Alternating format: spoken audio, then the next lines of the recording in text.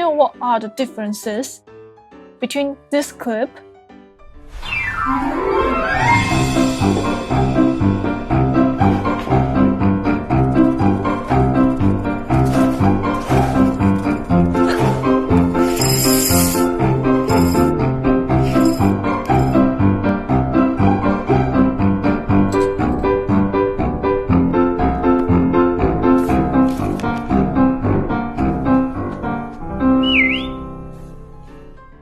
and this clip?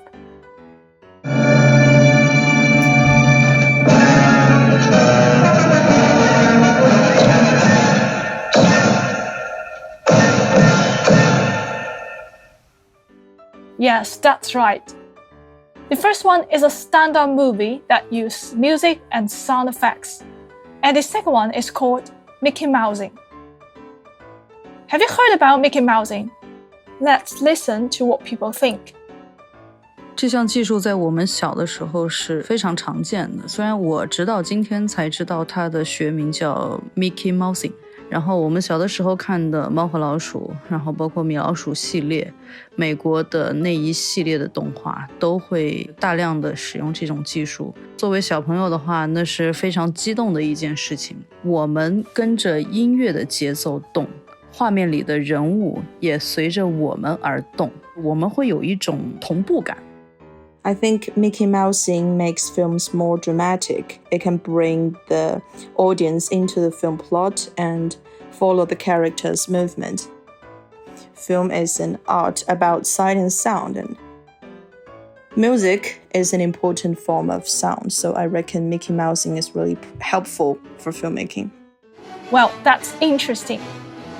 Mickey Mouising was one of the earliest sound genres to achieve rhythmic organization that includes a number of different aspects of relationship between music, action, and other sounds.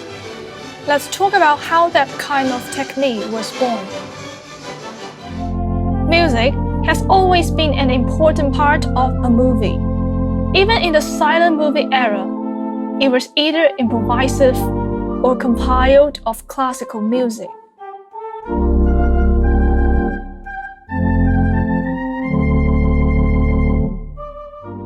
Along the way, as music has become more diverse, the process of filmmaking also become much more expressive, with sound and tune in it. The first sound film was introduced on October 1927, Mammy, titled The Jazz Singer. Mammy, the sun shines east, the sun shines west, but I know where the sun shines best. After many studies, Walt Disney came up with something new and unique. An animated movie with complete sound that was mirrored with the character action on screen. In 1928, Disney was able to record soundtrack with orchestra of 17 people for Steamboat Willie the movie.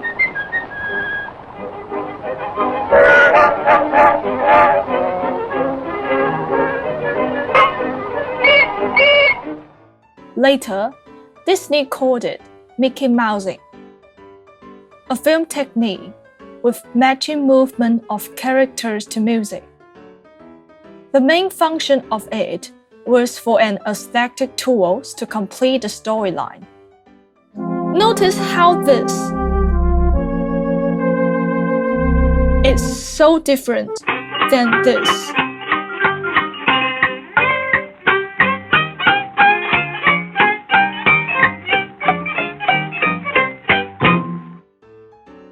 With the music and sound, the movie came to life. Mickey Mouising intensified Disney's animated visual with music to make it more alive. Then, slowly, music becomes the main focus of early Disney's movies, including Fantasia. Disney made the music as the star of the film by adjusting the music directly, then even introduced the soundtrack.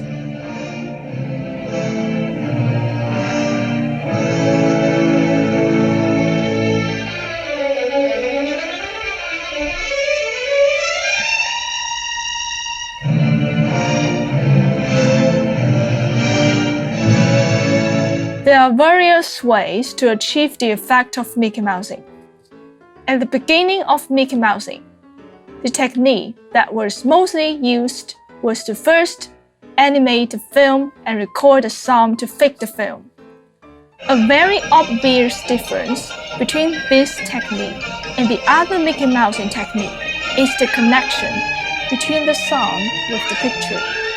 For example, when they use this technique, we can see that there are some parts in the movements of the character that are matched with the specific instruments on scores.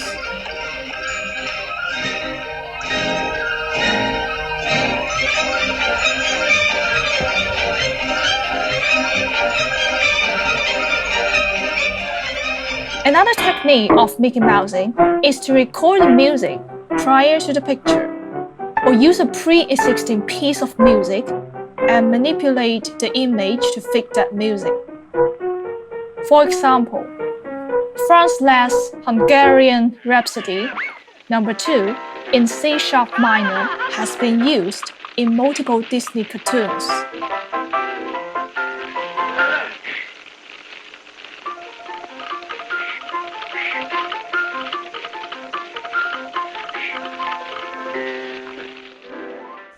This can also be achieved through editing. In 2017, a movie called Baby Driver used Mickey Mousing technique on off-their scene. The character movement is base 1, the music score, and they edited to make it sing.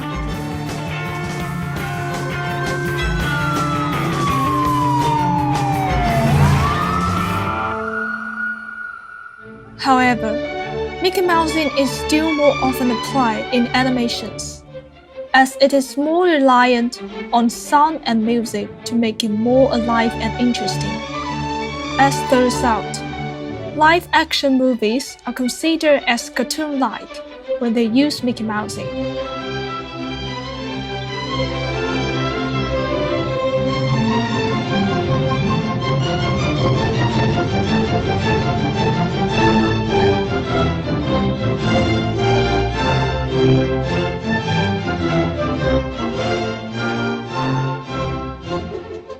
And so, underscoring emerges, underlining the visuals on screen. Underscoring is basically a washed-down version of Mickey Mousing with the idea to establish mood or theme. There can still be traces of this scene in modern productions. Nowadays, people tend to use sound designing rather than Mickey Mousing. But does it mean Mickey Mousing technique will disappear completely?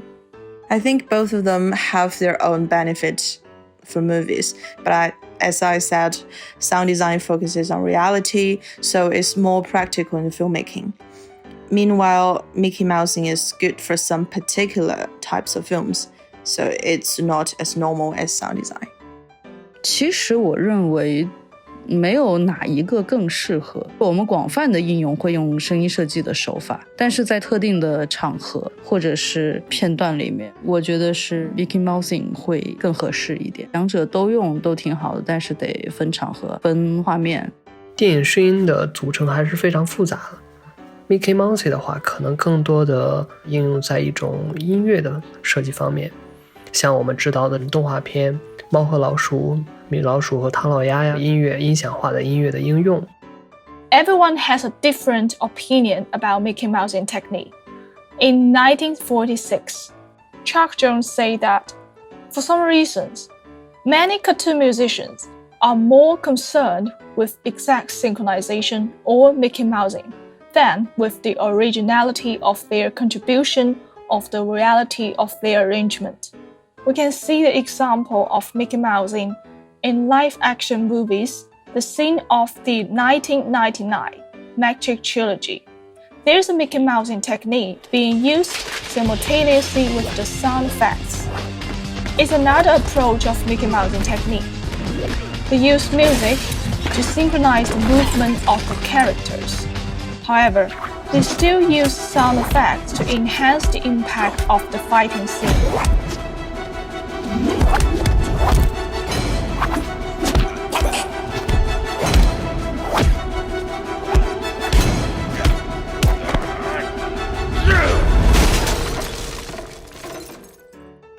second clip is the same movie but with a different approach.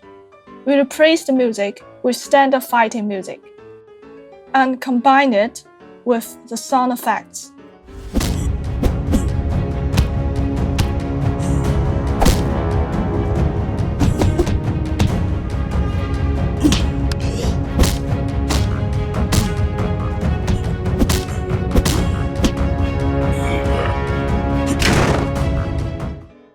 "22 out of 30 people say that the first clip is giving more tense feeling and more exciting." Another example is on 1930 Popeye movie. The first clip shows how they use Mickey Mouising technique for the film. It is 100% music-based movie. There are no sound effects at all. The composer used Mickey Mouising technique to sing the music with the film.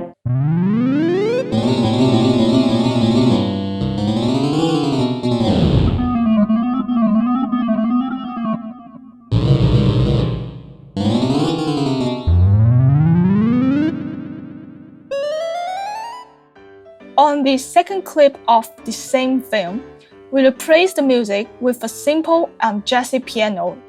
We also put sound effects to interpret every character's movements.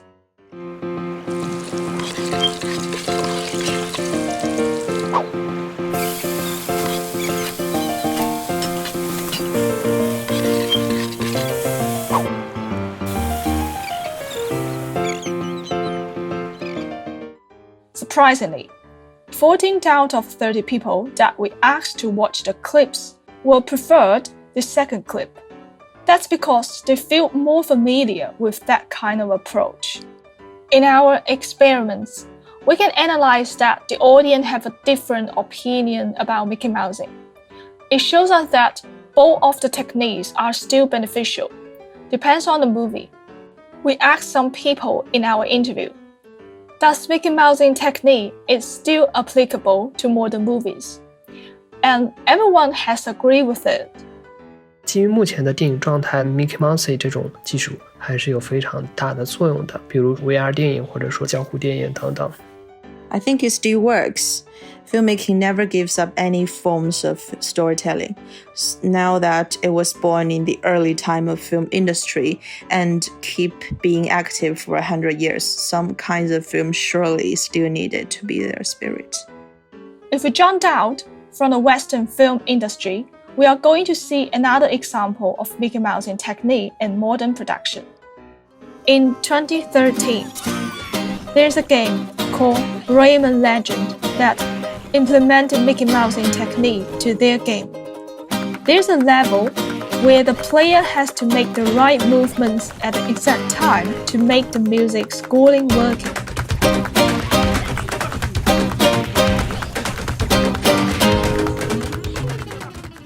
So that's all about Mickey Mousing. Synchronizing music to the visual to make the movie more. Are you interested in Mickey Mousing?